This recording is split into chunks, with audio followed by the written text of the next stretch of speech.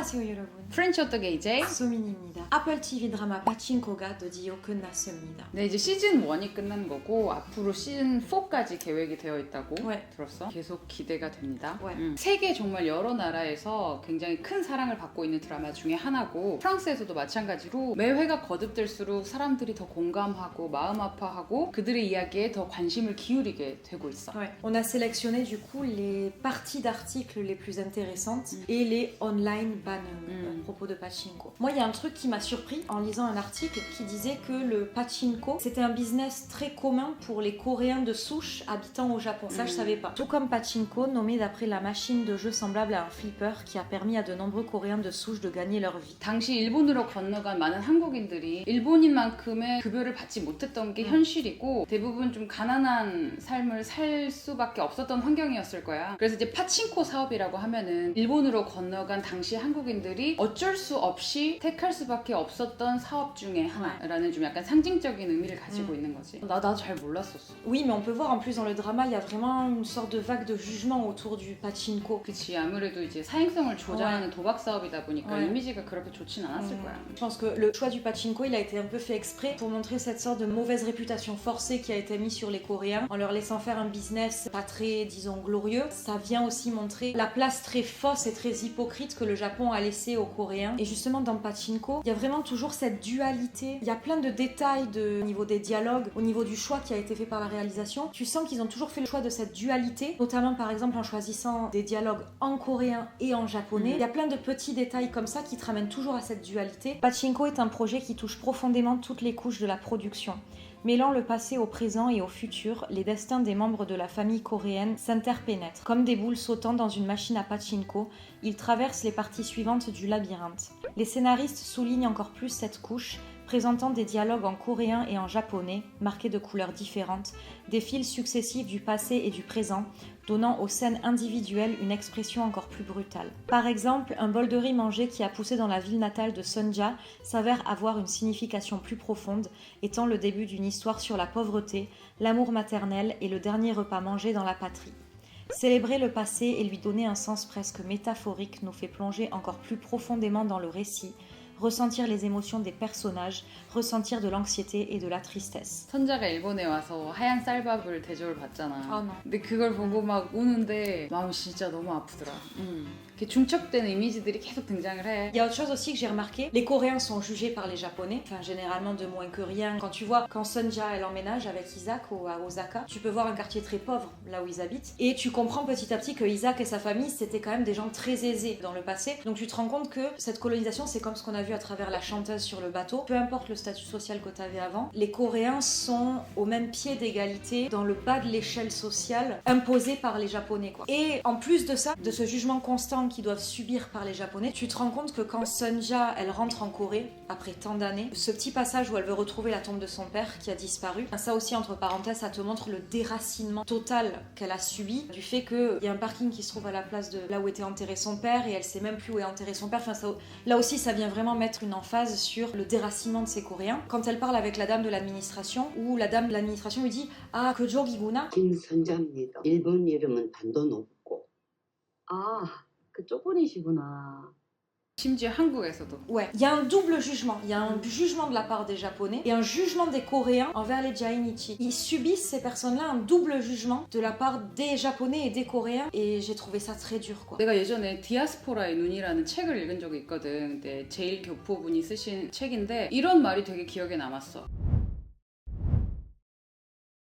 우리라는 말 때문에 소외되는 계층이 생길 수 있다는 거지. 어디 속하지 못한 느낌이 어떻게 보면은 가장 두려운 느낌 중에 하나기도 한 것 같아. Ouais. Si tu veux, c'est culturel, c'est historique, enfin, c'est vraiment lié à ce que la Corée a vécu dans son passé, c'est lié à l'histoire de la Corée. C'est pour ça que ce uli en Corée, je trouve qu'il est très symbolique et significatif. Namoshiso, the uli of Korea. Historically speaking, you know. 그런 이제 개념적인 단어가 민족성을 단합시키는데 정말 중요한 요소가 되기도 하거든. 한국 사람들이 문화적으로 좀 강한 특성을 가지게 되는 이유가 Voilà. 더 큰 생존력을 가질 수 있었다고 Voilà. 생각해. 근데 더 이상 어느 쪽에도 우리로 속하지 Voilà. 못한 계층이 있을 수 있다는 거. Moi, j'ai toujours vu le communautarisme comme quelque chose vraiment à double tranchant. Dès lors qu'il y a des inclus, ça veut dire qu'il y a aussi des exclus. C'est là pour moi le danger du communautarisme. Où se situe la limite de cette inclusion ou de cette exclusion? C'est là où c'est un peu compliqué. 파친코라는 드라마를 통해서 디아스포라의 삶에 대해서 생각을 해보게 되고 나는 당연하다고 생각했던 단어에 대한 개념이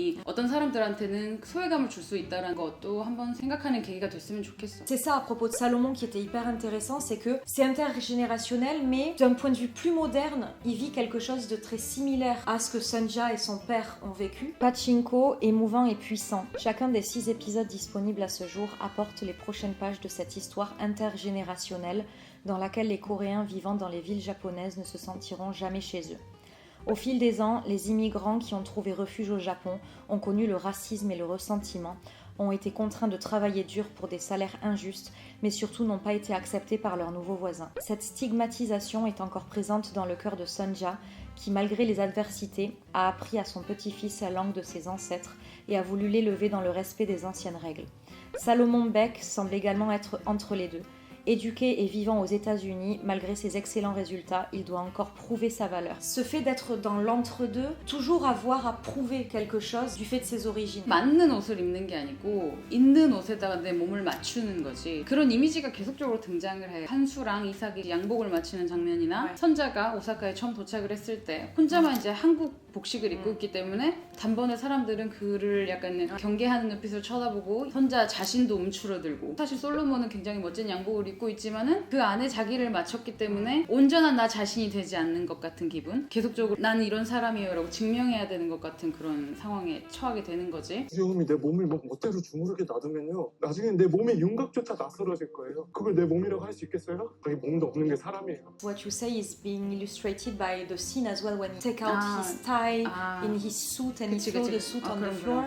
그런 이미지에서 답을 주는 사람이 난 사실 선자라고 생각을 해. 이제 한수가 선자한테 첩으로 살아 대신 너에게 부족함 없는 삶을 주겠다고 했어. 그 제안을 선자가 받았다면 맞지 않은 옷에 나를 맞추는 거거든. 뭐 배불리 먹고 경제적으로 부족함 없이 살았겠지만은 자기가 자신이 아닌 채로 자식에게 떳떳하지 못한 그런 엄마로 살았을 거야. 근데 그걸 박차고 맞지 않은 옷을 박차고 자신의 길을 찾아 나아가는 그 모습. 선자가 솔로몬한테 그런 말을 하잖아. 이게 선자의 삶을 그냥 나는 반영하는 대사라고 생각하거든. 잘 살게 된 것보다 어떻게 잘 살게 됐는지가 중요한 것이다. 성공에 대해서 이렇게 집착을 하고 달리다 보면은 사람들에게 상처를 주기도 하고 결과지상주의로 살게 되면은 그 결과 때문에 사실 포기해야 되는 가치들이 훨씬 더 많게 되는 경우가 있는 거지. Et c'est vrai que ce drama Pachinko, il est rempli de culture coréenne, d'allusions, d'anecdotes, de subtilités très culturelles. Et du coup, j'ai été surprise de voir sur Twitter que beaucoup de Français étaient vachement réceptifs. La saison 1 de Pachinko vient de finir et j'ai pleuré toutes les larmes de mon corps, tellement c'était juste magique et émouvant. Je ne verrai plus le riz blanc et le kimchi de la même manière. Un jeu des acteurs-actrices de qualité, une histoire racontée à la perfection. Pachinko, c'est un délire ce drama, je suis en sang dessus. J'ai trop la haine qu'il y ait que 8 épisodes, il devrait y en avoir beaucoup plus. Hyper intéressant d'en savoir plus sur l'histoire de la Corée et du Japon. Sonja, vraie boss lady, on veut Kim Mina sur d'autres projets. Pachinko épisode 8. Pachinko s'ajoute à mon palmarès des meilleures séries de 2022. Quel show grandiose, envoûtant, touchant jusqu'aux derniers instants.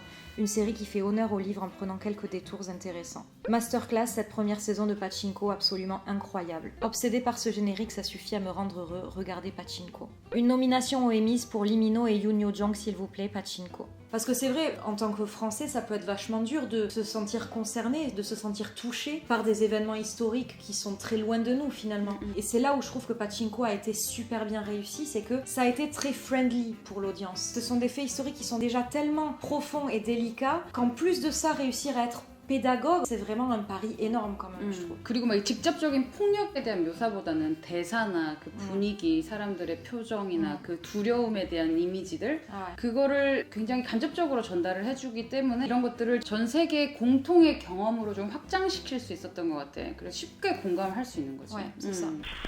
I love the rice, but now I love rice even more.